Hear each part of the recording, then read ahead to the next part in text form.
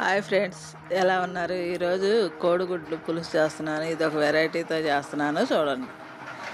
దానికి కావాల్సిన పదార్థాలు: ఒక అరడజన్ గుడ్లు తీసుకున్నాను, 5 గుడ్లు తీసుకున్నాను నేను. గుడ్లు ఉడకపెట్టి అలా కోసుకోవాలి. ఒక పావు కిలో ఉల్లిపాయలు వేసుకోండి.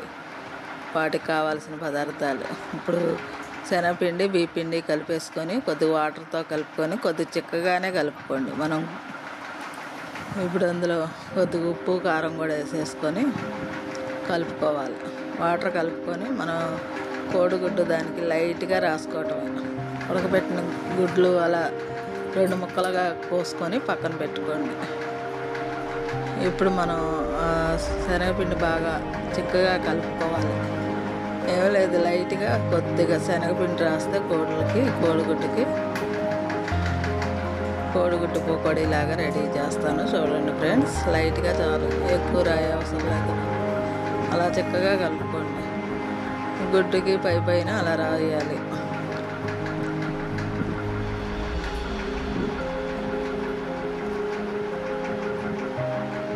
రాసి పక్కన పెట్టుకోండి. అలాగా అన్ని గుడ్లకి అలా చేసుకొని స్టవ్ మీద వాటిని వేపుకోవాలి.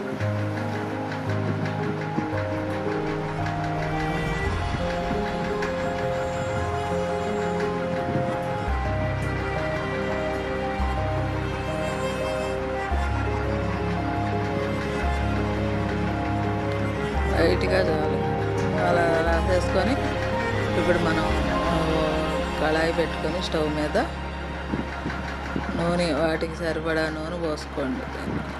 ఎగ్గుకి బాగా ఏగాలి.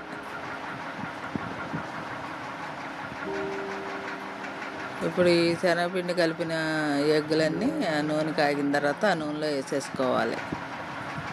చూస్తున్నారుగా, అలా వేసుకొని ఒక్కొక్కటి వేసుకొని లైన్గా పెట్టేసుకోండి. అవే ఏగుతూ ఉంటాయి.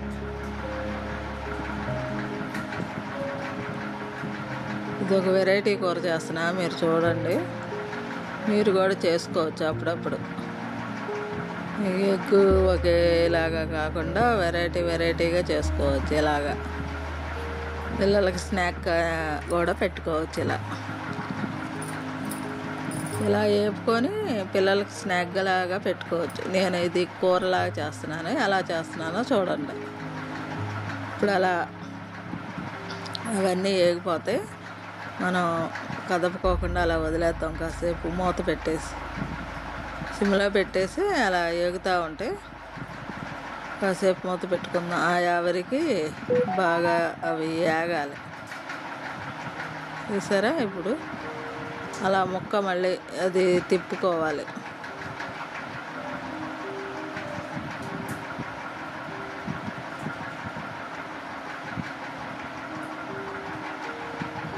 అలా కోడిగుడ్డు తిప్పుకొని కింద నుంచి పైకి అలా తిప్పుకుంటూ ఉంటే అది వేగిపోద్ది. ఇవన్నీ వేపుకొని పక్కన పెట్టుకోవాలి. వేగిపోయినాయి చూసారా? ఇక ఒక మాదిరిగా ఎగితే చాలు మనకి.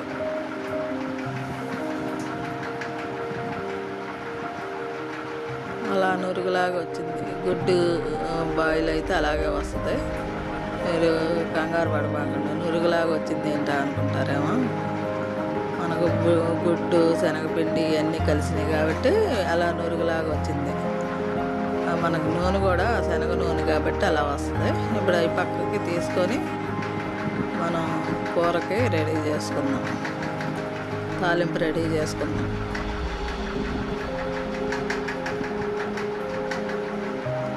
శనగపిండి అన్నిటికీ అంత అవసరం లేదు, లోపల ఒకవైపు అంటితే చాలు. అలా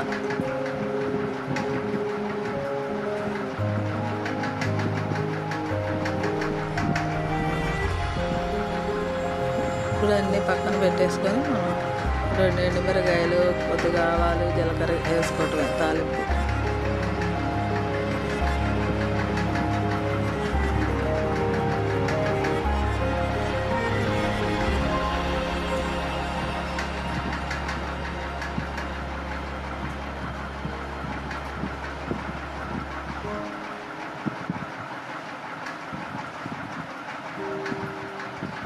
చూసారుగా.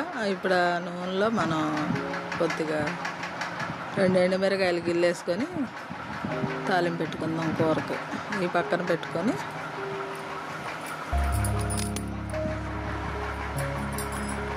ఎండుమిరకాయలు, కొద్దిగా ఆవాలు, సాయిపప్పు సాయిపప్పు అవసరం లేదు, జీలకర్ర ఆవాలు చాలు. ఈ కూరకి పులుసు కాబట్టి 2 వేసుకుంటే చాలు.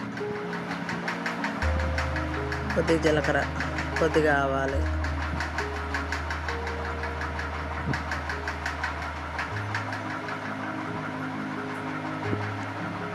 వేసుకోవాలి. అలా వేసుకొని అవి బాగా దోరగా వేగేదాకా మనం అటు ఇటు తిప్పాలి కాసేపు గంటితో.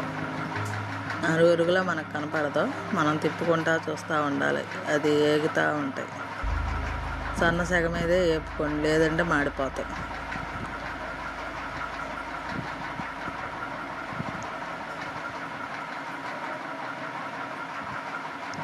నురుగు ఏమి ఉండదులేండి. మనం ఉల్లిపాయ పచ్చడిగా వేసుకుంటాం కాబట్టి కలిసిపోద్ది. ఇప్పుడు అలా అవి ఏగుతూ ఉండగానే మనం ఉల్లిపాయ పచ్చడిగా కూడా వేసేసుకున్నాం. వేగిపోయినాయి ఫ్రెండ్స్. మనం ఆ నురుగు పోయిద్ది, అదే పోయిద్ది. ఇప్పుడు మనం ఉల్లిపాయ పచ్చడిగా బాగా వేగిపోయినాయి. అవి ఉల్లిపాయ పచ్చడిగా వేసేసుకున్నాం.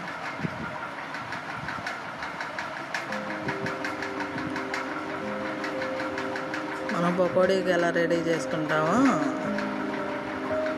అలాగే మనం ఉల్లిపాయ కూడా ఎక్కువ వేసుకోవాలి ఇందులో. ఈ కూరలో ఉల్లిపాయ కోడిగుడ్లకి ఎలా వేసుకుంటామో, మనకు పకోడీ కొట్టుకున్నప్పుడు ఎలా వండుతామో అలా వేసుకోవటం. ఉల్లిపాయలు బాగా ఎక్కువ ఉండాలి. 1/2 కిలో గుడ్లు, పావు కిలో ఉల్లిపాయలు వేసుకోవాలి. ఆ గ్రేవీకి మనకి కూర టేస్ట్ వస్తుంది. ఇప్పుడు కొద్ది పసుపు, కొద్ది ఉప్పు వేసుకుంటే తొందరగా మగ్గిపోతుంది.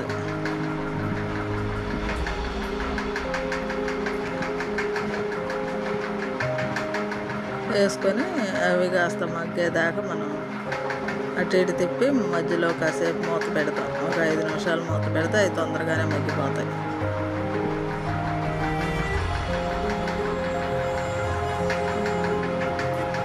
ఇందులో కొద్దిగా అల్లం వెల్లుల్లిపాయ కూడా వేసుకోవాలి. అది కూడా నేను నూరుకొని పక్కన పెట్టుకున్నాను. చిన్న అల్లం ముక్క చాలు. 4 వెల్లుల్లిపాయ రెబ్బలు పెట్టుకున్నాను. ఇది మగ్గిపోయింది చూసారా ఫ్రెండ్స్. అలా రావాలి, దోరగా మగ్గితే చాలు. బ్రౌన్ కలర్ వచ్చింది చూసారా. అలా బ్రౌన్ కలర్ వచ్చింది కాబట్టి ఇప్పుడు మనం అల్లం వెల్లుల్లిపాయ కూడా అందులో వేసుకోవటం. చిన్న ముక్క అల్లం ముక్క చాలు.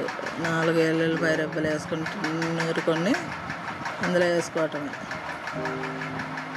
ఇప్పుడు చూసారా, అది కూడా మనకు పచ్చివాసన పోయిన తర్వాత ఉప్పు కారం వేసుకోవటమే.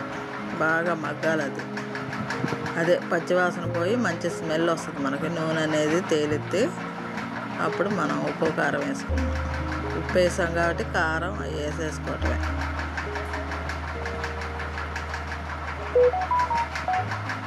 ఒక 5 నిమిషాలు మళ్ళీ మూత పెట్టుకొని తీసేసి చూడండి ఎలా వచ్చిందో. పచ్చివాసన అంతా పోయింది. ఇప్పుడు కారం వేసేసుకొని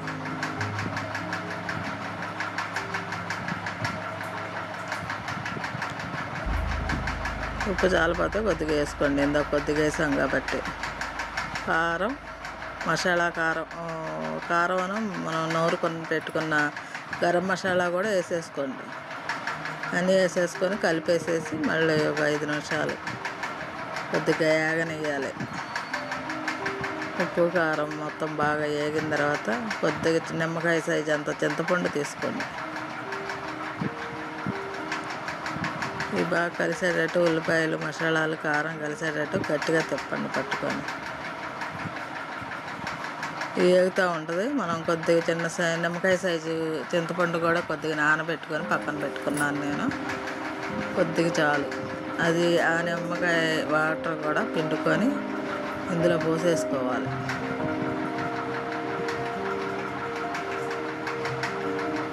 ఒక 5 నిమిషాలు మూత పెట్టుకొని మనం చూసారా అలా వేగిపోయింది. ఇప్పుడు మనం చింతపండు రసం పోసుకుందాం. గుజ్జులాగా తీసుకోండి, మరీ వాటర్ లాగా కాకుండా గుజ్జులాగా తీసుకొని చింతపండు గుజ్జు వేసుకుందాం. ఒకసారి మన దగ్గర 2 టమాటాలు ఉంటే చిన్నవి 2 వేసుకోండి. నేను టమాటాలు వేసుకున్నాను. టమాటాలు ఉంటే వేసుకోండి, లేతలేదు మీ ఇష్టం. టమాటా వేసుకుంటే వేసుకోవచ్చు, లేతలేదు. నేను ఇంట్లో ఉన్నాయని 2 వేసుకున్నాను, చిన్న సైజు. ఏం లేదు, మనకి పులుపు కోసం కొద్దిగా వేసుకుంటే వేసుకోండి, మీ ఇష్టం. టమాటా కావాలంటే వేసుకొని, లేతలేదు. ఇప్పుడు మనం టమాటా కూడా మగ్గిపోవాలి, కొద్దిగా మగ్గిపోయింది చూసారా. ఇప్పుడు మనం చింతపండు రసం తీసుకొని పోసుకోవటం. ఉప్పు కారం బాగా పట్టాలి, కాసేపు ఉడకనియాలి. ఈ రసం చింతపండు రసం బాగా ఉడికి గుజ్జంతా గ్రేవీ దగ్గరికి వస్తుంటే అప్పుడు చూపిస్తాను ఫ్రెండ్స్. ఉప్పు కారం అవన్నీ సరిపోయినాయి లేదో చూసుకోండి, చక్కగా పెట్టుకోండి. చూసారా, ఇప్పుడు అది ఆ గ్రేవీ అంతా దగ్గరికి వస్తూ ఉంటుంది చూడండి. అలా వచ్చింది కాబట్టి ఇప్పుడు మనం గుడ్లు వేసేసుకుందాం. వేపి పక్కన పెట్టుకున్న గుడ్లు అలా వేసేసుకోండి.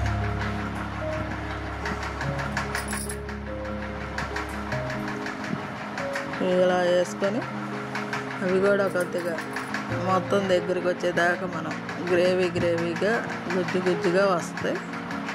ఉడికిపోయిన తర్వాత అలా అవన్నీ వేసేసుకొని మూత పెట్టుకుందాం ఒక 5 నిమిషాలు. ఇంకంతే ఫ్రెండ్స్, రెడీ అయిపోయినట్టే కూర. ఈ గుడ్లు వేసుకొని మనం ఒక 5 నిమిషాలు ఉంచుకోవాలి. గ్రేవీ రెడీ అయిపోయింది. ఈ పకోడీ కోడిగుడ్డు కూర చూశారు కదా, ఎలా చేశానో మీరు కామెంట్ రూపంలో తెలియజేయండి. చూసారా ఫ్రెండ్స్, రెడీ అయిపోయింది. ఒక గిన్నెలో పెట్టి చూపిస్తాను. అలా నూనె తేలిద్ది మనకి. ఏ కూరకైనా నూనె అలా రెడీ అయ్యి నూనె తేలితే మనకు కూర రెడీ అయిపోయినట్టే. ఇదిగో ఫ్రెండ్స్, కోడిగుడ్డు పకోడీ కూర చూసి మీరు నేర్చుకోండి. నేను ఎలా చేశానో నాకు లైక్ చేయండి, సబ్స్క్రైబ్ చేయండి.